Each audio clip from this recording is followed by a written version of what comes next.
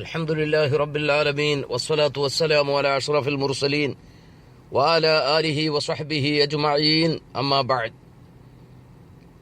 ഏറ്റവും പ്രിയപ്പെട്ട സുന്നി പടയണി വാട്സപ്പ് ഗ്രൂപ്പിൻ്റെ അംഗങ്ങളെ, എൻ്റെ പ്രിയപ്പെട്ട സഹോദരന്മാരെ, അള്ളാഹുവിൻ്റെ മഹത്തായ അനുഗ്രഹത്താൽ വിശുദ്ധമായ റമളാന്റെ ദിനരാത്രങ്ങൾ, അർഹമുർറാഹിമായ റബ്ബിൻ്റെ അനുഗ്രഹങ്ങൾ പെയ്തിറങ്ങുന്ന ഈ വിശുദ്ധ രാവുകൾ ഓരോന്നോരോന്നോരോന്നായി വിട പറഞ്ഞ് ബദർ ദിനത്തിലേക്ക് നാം എത്തിയിരിക്കുകയാണ്.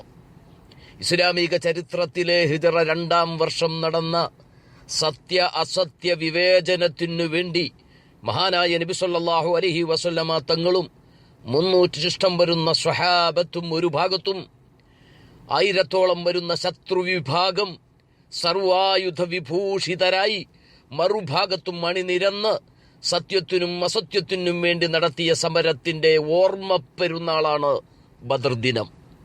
യൗമുൽ ഫുർഖാൻ എന്നാണ് ഖുർആൻ ആ ദിവസത്തെ വിശേഷിപ്പിച്ചിട്ടുള്ളത്. മഹാനായ മുഹമ്മദുർ റസൂലുള്ളാഹി സ്വല്ലല്ലാഹു അലൈഹി വസല്ലം നടത്തിയ സായുധ സമരം ഇസ്ലാമിക ചരിത്രത്തില് 3 കാര്യങ്ങൾ ഏറ്റവും പ്രധാനമായി ബദർ നമുക്ക് സന്ദേശമായി നൽകുന്നുണ്ട്. 1, അടിച്ചമർത്തപ്പെട്ട സമൂഹം, അവകാശം നിഷേധിക്കപ്പെട്ട സമൂഹം, അശരണരായ സമൂഹം, ആ സമൂഹത്തിന്റെ ഉയർത്തെഴുന്നേൽപ്പിനു വേണ്ടി അനിവാര്യമായ സമയങ്ങളിൽ പ്രതികരിക്കണം എന്നതാണ് ബദറിന്റെ ഒരു പാഠം.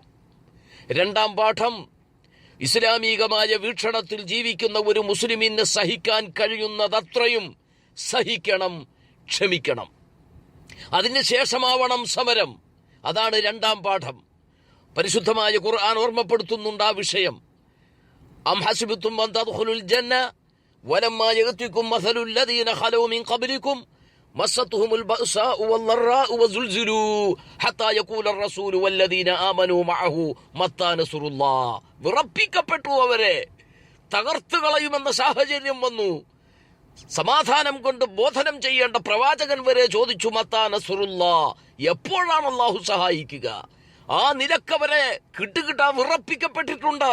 അതിനുശേഷമാണ് ഉദിനലില്ലദീന യുഖാതലൂന ബിഅന്നഹും ളുലിമൂ, യുദ്ധത്തിനു വേണ്ടിയുള്ള അനുവാദം നൽകിയിട്ടുള്ളത്. അപ്പൊ 2-ാം പാഠം ക്ഷമിക്കണം എന്നതാണ്. 3, ആ സമരം നടത്തുന്നത് തീർത്തും ആ സമര വിജയത്തിന്റെ അടിസ്ഥാനമാവേണ്ടത് വിശ്വാസമാവണം. വിശ്വാസത്തിൽ അധിഷ്ഠിതമായ സമരത്തിനെ വിജയിക്കാൻ കഴിയൂ എന്നത് ബദറിന്റെ 3-ാമത്തെ പാഠമാണ്. പരിശുദ്ധമായ ഖുർആൻ ഓർമ്മപ്പെടുത്തുന്നു, അനിവാര്യമായ സമയങ്ങളിൽ അനിവാര്യമായ സമയങ്ങളിൽ അപ്പുറവും ഇപ്പുറവും നോക്കരുത്, സമരത്തിലേക്ക് ഇറങ്ങണം. പരിശുദ്ധമായ ഖുർആൻ പറഞ്ഞു, സൂറത്തുൽ ആലു ഇംറാന്റെ 13-ാമത്തെ വചനം, ഖദ് കാനത് ലക്കും ആയത്തുൻ ഫീ ഫിഅതൈൻ ഇൽതഖതാ ഫിഅതുൻ യുഖാതിലു ഫീ സബീലില്ലാഹ് വഉഖ്റാ കാഫിറ യറൗനഹും മിസ്ലൈഹിം റഅയൽ ഐൻ. ഒരു വിഭാഗത്ത് വിശ്വാസികളാണ്, വഉഖ്റാ കാഫിറ, മറുഭാഗം കാഫിരീങ്ങളാണ്.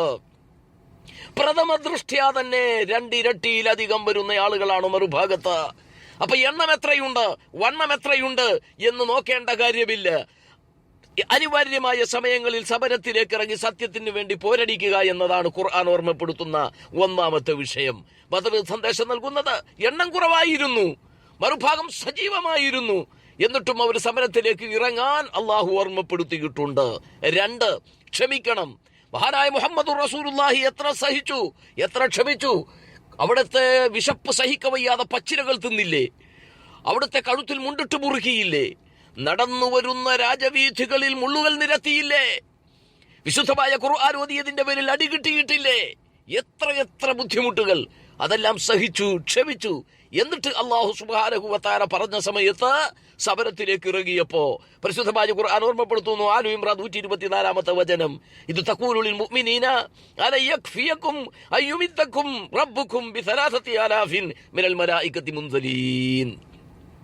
അല്ലാഹു സുബ്ഹാനഹു വ തആല 3000 മലായികത്തുകളെ ഇറക്കിക്കൊണ്ട് അവർക്ക് വിജയം സുനിശ്ചിതമാക്കി.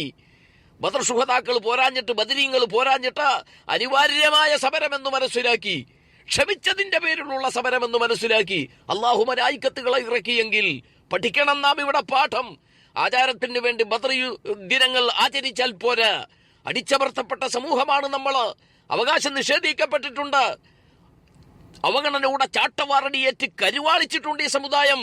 പക്ഷേ ഉപരിവിപ്ലവമായ കാര്യങ്ങളിലൂടെ രംഗത്തേക്ക് ഇറങ്ങി വർഗീയത സൃഷ്ടിച്ച്, ഭീകരത സൃഷ്ടിച്ച്, ഇസ്ലാമിന്റെ സൽപ്പേരിന് കളങ്കം വരുത്തി, ഇസ്ലാമിനെ ഭീകരമാക്കി, ഇസ്ലാമോ ഫോബിയ ഉണ്ടാക്കി ഇവിടെ സമരം ചെയ്യാൻ ഒരിക്കലും പറഞ്ഞിട്ടില്ല.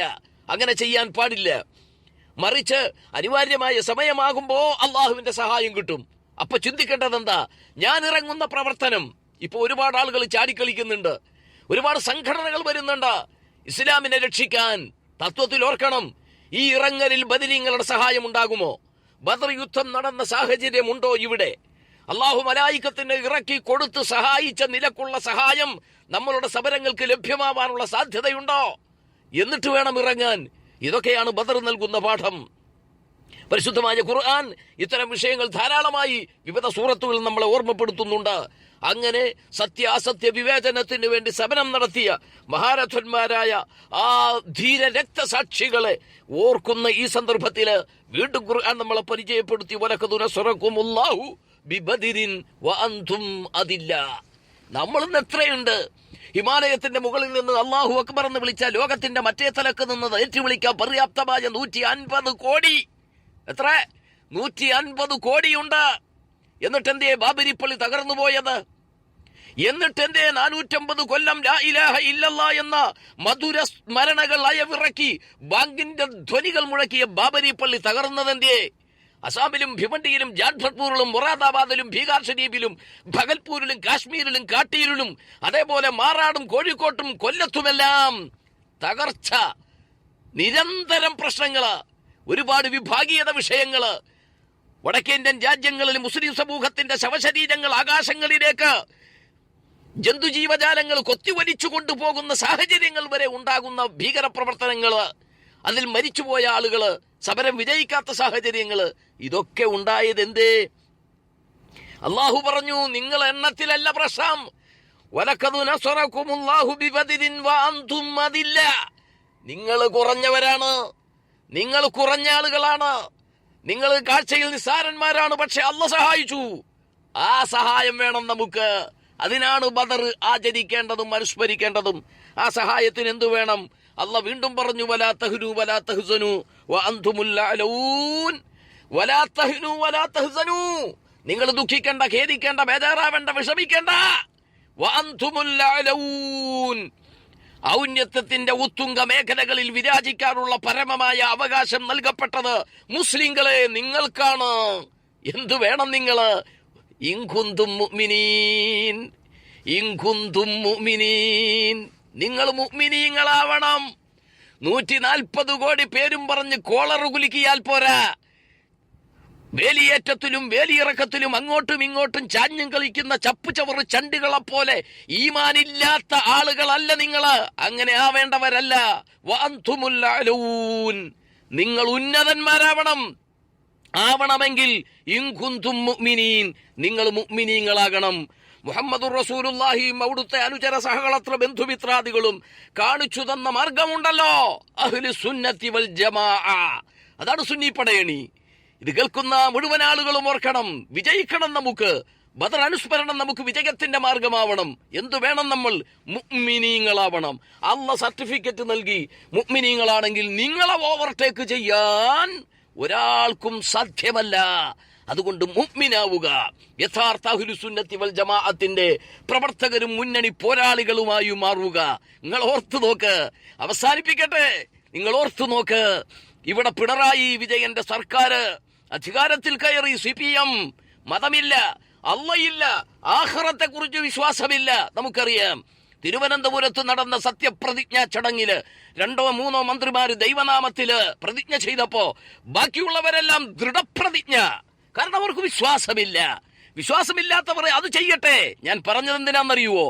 അവരുടെ സർക്കാർ ഏറ്റെടുക്കുന്ന സമയമാകുന്നതിന്റെ തലേ ദിവസം നടന്ന ഏറ്റവും വലിയൊരു കാര്യമുണ്ട്. എന്താണ് കാര്യം? കമ്മ്യൂണിസ്റ്റ് മാർക്സിസ്റ്റ് പ്രസ്ഥാനം ഈ കേരളത്തിന്റെ മണ്ണില് വേര് പിടിക്കാനും വളർച്ചയെത്താനും കാരണക്കാരായി മരിച്ചുപോയ ധീര രക്തസാക്ഷികളുണ്ട്. പുന്നപ്ര വയലാറില്, ആലപ്പുഴ ജില്ലയിലെ പുന്നപ്ര വയലാറിൽ അന്തിയുറങ്ങുന്ന രക്തസാക്ഷികൾ, ചെങ്കൊടി ആകാശത്തിലേക്ക് ഉയർത്താൻ കാരണക്കാരായി വീര രക്തസാക്ഷിത്വം വഹിച്ച ആ ചുടുകാട്ടിൽ കിടക്കുന്നവന്റെ സന്നിധിയിൽ ചെന്ന് പുഷ്പാർച്ചന നടത്തി ആ വീരരക്തസാക്ഷികളെ അനുസ്മരിച്ചിട്ടാണ് പിണറായി സർക്കാർ സത്യപ്രതിജ്ഞക്ക് അനന്തപുരിയിലേക്ക് പോയതെങ്കിൽ ഇസ്ലാമിന്റെ പേരു പറയുന്ന, മുസ്ലിമിന്റെ പേരു പറയുന്ന വഹാബി, ജമാഅത്ത്, തബ്ലീഗാദി കക്ഷികൾ പറയുന്നത് ബദരീങ്ങൾ അനുസ്മരിക്കാൻ പാടില്ല. ഇവരെക്കാൾ വലിയ നന്ദി കെട്ടവരാരാ ഉള്ളത്? അള്ളയിലും അന്ത്യറസൂലിലും ആഖിറത്തിലും വിശ്വാസമില്ലാത്തവൻ അവന്റെ പ്രസ്ഥാനത്തിന് വേണ്ടി ജീവൻ കൊടുത്തവരെ സ്മരിക്കുമ്പോ 14 നൂറ്റാണ്ടുകൾക്ക് മുമ്പ് ഇസ്ലാം എന്ന മഹാപ്രസ്ഥാനത്തിന് ജീവൻ കൊടുക്കാൻ തയ്യാറായ ധീരരക്തസാക്ഷികളായ ബദരീങ്ങളെ സ്മരിക്കുന്നത് തെറ്റാണെന്ന് പറയുന്ന ഈ കപാലികന്മാരെക്കാൾ വലിയ വിശ്വാസ വൈകല്യമുള്ളവർ ലോകത്താരാണ് മക്കളെ ഉള്ളത്? അതുകൊണ്ട് അവരെ കരുതിയിരിക്കുക. നമ്മുടെ ഈമാൻ പോക്കറ്റടിച്ചു പോകുന്നതിനെ കരുതിയിരിക്കുക. അസ്ഹാബുൽ ബദറിനെ സ്നേഹിക്കുക. അവർക്ക് വേണ്ടി ഈ ധന്യമുഹൂർത്തങ്ങളിൽ പ്രാർത്ഥന നടത്തുക. ആ ബദരീങ്ങളെ നേർക്ക് നേരെ കാണാനും അവരുടെ കൂടെ സ്വർഗം പങ്കിടാനും അള്ളാഹു നമുക്കൊക്കെ തൗഫീഖ് നൽകുമാറാവട്ടെ.